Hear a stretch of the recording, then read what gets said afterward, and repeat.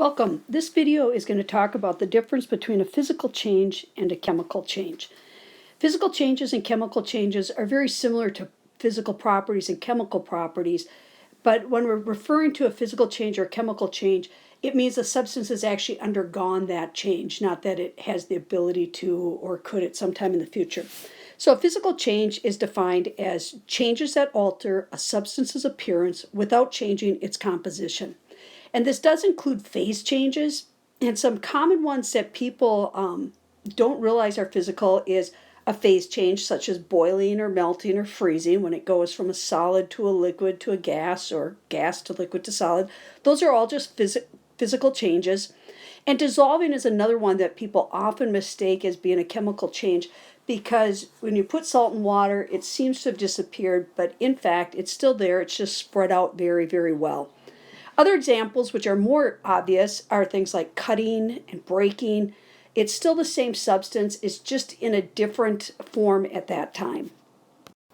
A chemical change, however, is a process that involves one or more substances changing into new substances. So new substances with different compositions and different properties, you have new stuff when you get done. So it's known as the reactants. And that's the before stuff that reacts. I notice I have an extra letter in reacts here. I'll just cross that off in case it's bothering you. So it's the stuff that reacts. And then the products is the after stuff, the stuff that actually gets produced. So some examples would be if something explodes or burns. Corroding is similar to rusting. Corroding is usually a metal undergoing some kind of change with oxygen. So if you've seen batteries when they get that white nasty stuff on it or different metals that don't look shiny anymore, that's corrosion. Rotting and fermenting, these often happen with foods or other biological things, leaves and stuff in the yard. Those are all chemical changes because your reactants undergo a chemical change and become some new substance, some new product. So how do you know if a chemical change has occurred? Well, the products of a chemical change often look very different than the reactant or the original substance, and a change in properties will always occur with a chemical change. So you might have loss of magnetism when iron rusts, or the smell and the taste in food is very different as it spoils. So the 5 indicators we often use in lab to tip us off that a chemical change has happened include if gas is produced, and this is often, we notice it as bubbling. If you see bubbles coming up in a liquid, that lets you know a gas is being produced. If solid forms, and solid is called precipitate when it appears as part of a chemical reaction. A change in temperature, there'll always be a change in temperature with the chemical change, and it may be warmer or cooler. A change in color, which could also be a physical change, just like change in temperature could be a physical change as well. Or an odor is produced. And oftentimes we look for more than one of these indicators, and we may have to do some additional testing because certainly some of these can just indicate a physical change. So you need to apply a little more reasoning than just seeing a color change to know if a chemical change has occurred. So let's look at some examples. Identify each of the following as either physical changes or properties or a chemical change or property. So the first one says iron is more dense than aluminum. Well, if you think about this for a little bit, density is your mass divided by your volume. So those are just 2 physical properties. So dividing them or doing a calculation with them, they're still going to be physical. Okay, just a physical property that one happens to be more dense than the other.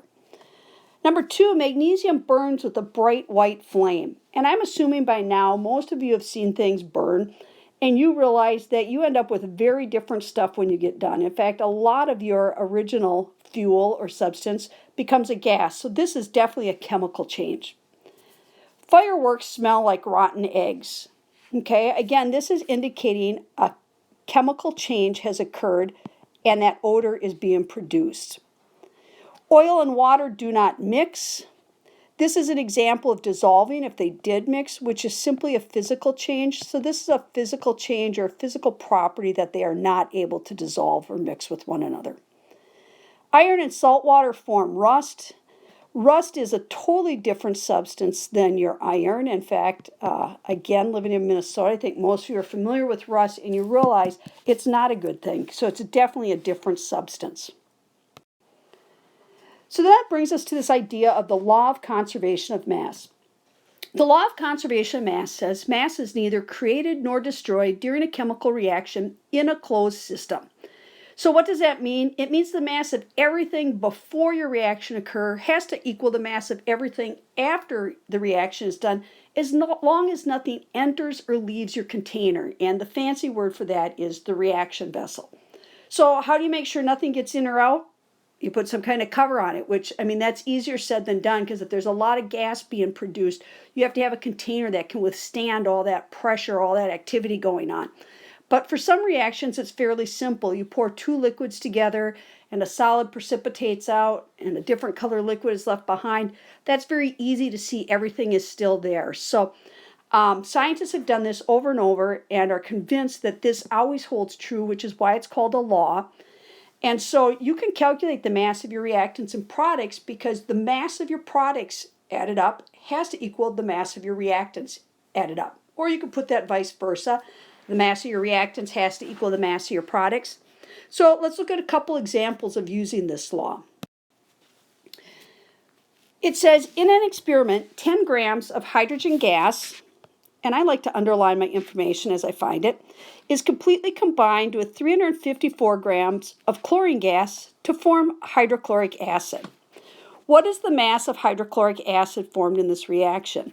Well, I know the mass of my reactants has to equal the mass of my products, and even though I don't know what the balanced equation is here, this isn't rocket science. This is pretty straightforward. I can just simply take my two reactants. It told me it's hydrogen gas and chlorine gas, gave me the amounts of each, and that's going to make my hydrochloric acid. So I simply add those together, and I can assume I would make 364.5 grams of hydrochloric acid. In a similar manner, it says in an experiment, 10 grams of red mercury, mercury 2 oxide powder, is placed in an open flask and heated until it's converted to liquid mercury and oxygen gas.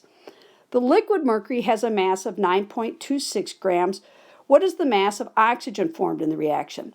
This one's a little bit trickier, so I'm going to organize my information in what's called a word statement. I've got mercury 2 oxide, and if I read it carefully, it's telling me that that mercury 2 oxide is heated until it's converted, so the mercury 2 oxide is producing the mercury and oxygen, which makes sense. Mercury 2 oxide sounds like it would have mercury and oxygen in it.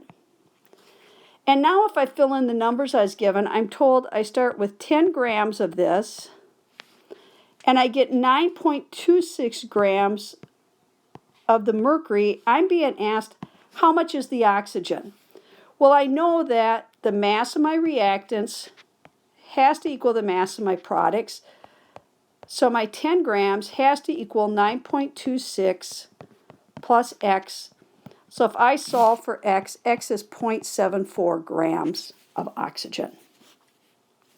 And that's the conservation of mass.